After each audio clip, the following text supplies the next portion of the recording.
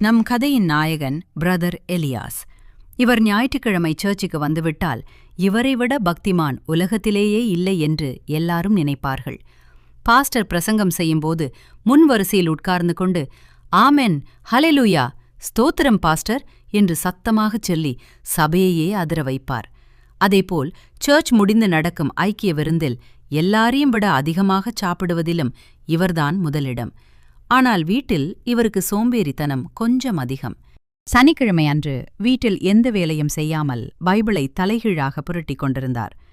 இவருடைய மனைவி மேரி, ஏங்க கொஞ்சம் அந்த தோட்டத்தை சுத்தம் பண்ணுங்க என்று சொன்னாள். உடனே எலியாஸ், மேரி, உழைக்காதவன் சாப்பிடக்கூடாதுன்னு வேதம் சொல்லுது, ஆனா யோசிச்சுக்கிட்டே இருக்கிறவன் வேலை செய்யக்கூடாதுன்னு என் மனசாட்சி சொல்லுது. நான் இப்போ சபையோட வளர்ச்சியை பத்தி ஆழமா யோசிச்சுட்டு இருக்கேன், என்னை டிஸ்டர்ப் பண்ணாதே. தோட்டத்தை சுத்தம் பண்ண நான் எதுக்கு ஆள் வைக்கணும்? காட்டு புஷ்பங்களை கவனித்துப் பாருங்கள், அவை உழைப்பதுமில்லை நூற்பதுமில்லைன்னு பைபிள்ல இருக்கு. அதனால நம்ம வீட்டுத் தோட்டம் நேச்சுரலா காடு மாதிரி வளர்றதுதான் கர்த்தருக்கு இஷ்டம் என்று கூறி சமாளித்து விட்டார். ஒரு சனிக்கிழமை மாலை எலியாஸ் தன் வீட்டு வாசலில் ஒரு ஈஸி சேரில் அமர்ந்து காஃபி குடித்துக்கொண்டே பைபிள் படித்துக் கொண்டிருந்தார். அப்போது அங்கே வந்த பக்கத்து வீட்டு விசுவாசி ராபர்ட் வந்தார். அவர் எலியாஸின் தோட்டத்திலிருந்த ஒரு பெரிய தென்னை மரத்தை பார்த்தார். அதில் 4-5 பெரிய தேங்காய்கள் நன்றாக காய்ந்து எப்போது வேண்டுமானாலும் கீழே விழும் நிலையில் காற்றில் ஆடிக்கொண்டிருந்தன.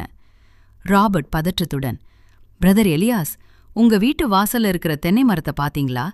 4 பெரிய தேங்காய் காஞ்சிருக்கு. உங்க வீடு மெயின் ரோட் பக்கத்துல இருக்கு. யார் மேலேயாவது இல்லனா உங்க மேலேயே விழுந்துற போகுது. நாளைக்கு ஞாயிற்றுக்கிழமை எல்லாரும் சர்ச்சுக்கு போவாங்க, கொஞ்சம் ஆள் வச்சு இன்னைக்கே வெட்டிடுங்க என்று எச்சரித்தார். உடனே எலியாஸ் தன் கையிலிருந்த பைபிளை மூடிவிட்டு கண்ணாடியை கழற்றி ஸ்டைலாக துடைத்துக்கொண்டே தன் வழக்கமான பக்தி தொனியில் பேசினார். பிரதர் ராபர்ட், உங்க கவலை எனக்கு புரியுது, ஆனா வேதம் என்ன சொல்லுது? உன் தலைமுடியெல்லாம் எண்ணப்பட்டிருக்கிறது என்று சொல்கிறதல்லவா? கர்த்தருடைய அனுமதி இல்லாமல் ஒரு சின்ன சிட்டுக்குருவி கூட கீழே விழாது. அப்படி இருக்கும்போது இந்த தேங்காய் கர்த்தர் சொல்லாமல் எப்படி விழும்? நான் இதுக்காக பாரப்பட்டு ஜெபம் பண்ணிக்கிறேன், கர்த்தர் பார்த்துக்குவார், நீங்க கிளம்புங்க என்று விசுவாச புலியாக பேசினார். ராபர்ட்டும் இவர்கிட்ட பேசி ஜெயிக்க முடியாது என்று தலையில் அடித்துக்கொண்டு கிளம்பினார். மறுநாள் ஞாயிற்றுக்கிழமை காலை சர்ச் ஆராதனை 8:30 மணிக்கு தொடங்க வேண்டும். எலியாஸ் எப்போதும் போல காலை 8 மணிக்குத்தான் தூக்கத்திலிருந்து எழுந்தார். அவசர அவசரமாக குளித்துவிட்டு தன் கஞ்சி போட்டு அயன் செய்த வெள்ளை நிற குர்தாவை மாட்டிக்கொண்டார். தலைவாரக்கூட நேரமில்லாமல் கையில் பெரிய பைபிளை எடுத்துக்கொண்டு வாசலுக்கு ஓடி வந்தார். டைமை பார்த்தால் 8:25 ஆகிவிட்டது. சர்ச்சுக்கு இன்னும் 5 நிமிடத்தில் போக வேண்டும். லேட்டாக போனால் பாஸ்டர் திட்டுவாரே என்ற பயம் ஒரு பக்கம் இருந்தாலும், சர்ச்சுக்கு கிளம்பும்போது ஜெபம் செய்யாமல் போகக்கூடாது என்ற ஒரு நல்ல எண்ணம் அவருக்குள் வந்தது. வாசலில் சரியாக அந்த தென்னை மரத்திற்கு அடியில் வந்து நின்றார். வானத்தை பார்த்து கைகள் இரண்டையும் உயர்த்தி கண்களை இறுக்கமாக மூடிக்கொண்டு ராகம் போட்டு சத்தமாக ஜெபிக்க ஆரம்பித்தார். பரலோக பிதாவே, உம்முடைய ஆலயத்திற்கு இந்த ஏழை அடியான் ஓடி வருகிறேனப்பா. வழியில் எனக்கு எந்த ஒரு தடையும் விபத்தும் வராதபடி உம்முடைய தூதர்களை எனக்கு முன்னதாக அனுப்பும் சாமி. தீமை என்னை அணுகாதபடி, பொல்லாப்பு என் கூடாரத்தை நெருங்காதபடி என்று ஆவேசமாக முகம் சிவக்க ஜெபித்தார். அவர் ஜெபத்தின் உச்ச கட்டத்திற்குச் சென்று, இயேசுவின் நாமத்தில் ஜெபிக்கிறேன், ஆமென் என்று சொல்லி கண்களை திறந்த அடுத்த மைக்ரோ செகண்ட் டும் என்று ஒரு பயங்கரமான சத்தம். அவர் ஜெபம் பண்ணி கொண்டிருந்த போதே மேலிருந்த அந்த பெரிய காய்ந்த தேங்காய் நேராக கீழே விழுந்தது. நல்ல வேளையாக எலியாஸ் ஜெபத்தில் கைகளை முன்னால் நீட்டியிருந்ததால் தேங்காய் அவர் தலையை லேசாக உரசிக்கொண்டு அவர் கையில் ஏந்தி பிடித்திருந்த பெரிய பைபிளின் மேல் தட் என்று விழுந்து தரையில் உருண்டது. ஐயோ, ஸ்தோத்திரம்! சாத்தான் என் கையில் இருக்கிற வசனத்தையே தேங்காய் அனுப்பி தாக்க பார்க்கிறான். உன் சத்துருக்களை உனக்கு பாதப்படியாக்குவேன்னு பார்த்தா என் பைபிளையே தேங்காய்க்கு பாயாசமாக்கிடுவான் போலிருக்கே. ஆண்டவரே, நான் அபிஷேக மழையைத்தான் பொழியச் சொன்னேன், இப்படி தேங்காய் மழையை பொழிய வச்சிட்டீங்களேப்பா. 1 இன்ச் மாறியிருந்தா என் தலை தேங்காய் சட்னியாகி இருக்குமே என்று பயத்தில் சொல்லிக் கொண்டிருந்தார். அப்போது பைக்கை ஸ்டார்ட் செய்து சர்ச்சுக்கு கிளம்பிக் கொண்டிருந்த பக்கத்து வீட்டு ராபர்ட் இந்த சத்தத்தை கேட்டு வண்டியை நிறுத்திவிட்டு ஓடி வந்தார். தரையில் உருளும் தேங்காயையும் நடுங்கிக் கொண்டிருக்கும் எலியாசையும் பார்த்தார். ராபர்ட், என்ன பிரதர் ஆச்சு? நான் நேத்தே சொன்னேனே. நல்லவேளை உங்க தலை தப்பிச்சது என்றார்.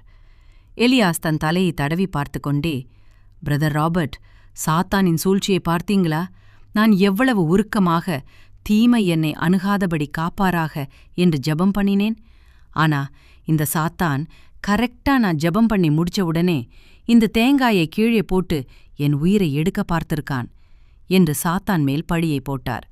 அதற்கு கிளம்பிக் கொண்டிருந்த ராபர்ட் பலமாக சிரித்துக்கொண்டே சொன்னார், பிரதர் எலியாஸ், உங்க விசுவாசம் ரொம்ப பெருசுதான்.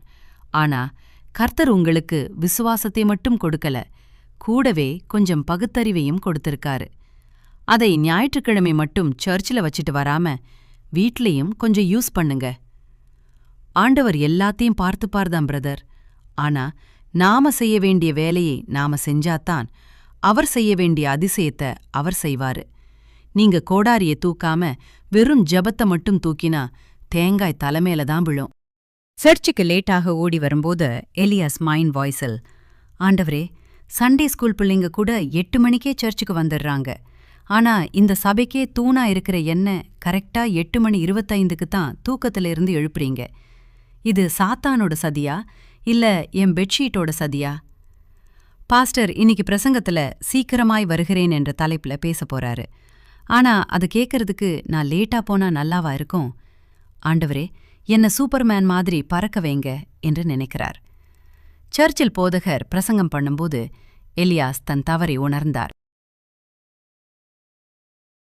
அன்றே சர்ச் முடிந்து வந்ததும் முதல் வேலையாக ஆள் வைத்து தென்னை மரத்திலிருந்த அனைத்து காய்ந்த தேங்காய்களையும் வெட்டி அப்புறப்படுத்தினார். அன்று முதல் கர்த்தர் பார்த்துக்குவார் என்று சோம்பேறியாக இருக்காமல் தன் கடமைகளையும் சரியாகச் செய்ய ஆரம்பித்தார் பிரதர் எலியாஸ். கதை சொல்லும் நீதி. ஜெபம் செய்வது மிகவும் முக்கியம், அதில் எந்த மாற்றமும் இல்லை.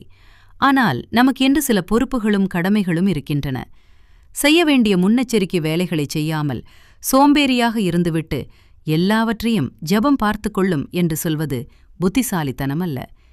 கிரியையில்லாத விசுவாசம் செத்தது. ஆண்டவர் கொடுத்த அறிவை பயன்படுத்தி நாம் கடமைகளைச் செய்ய வேண்டும்.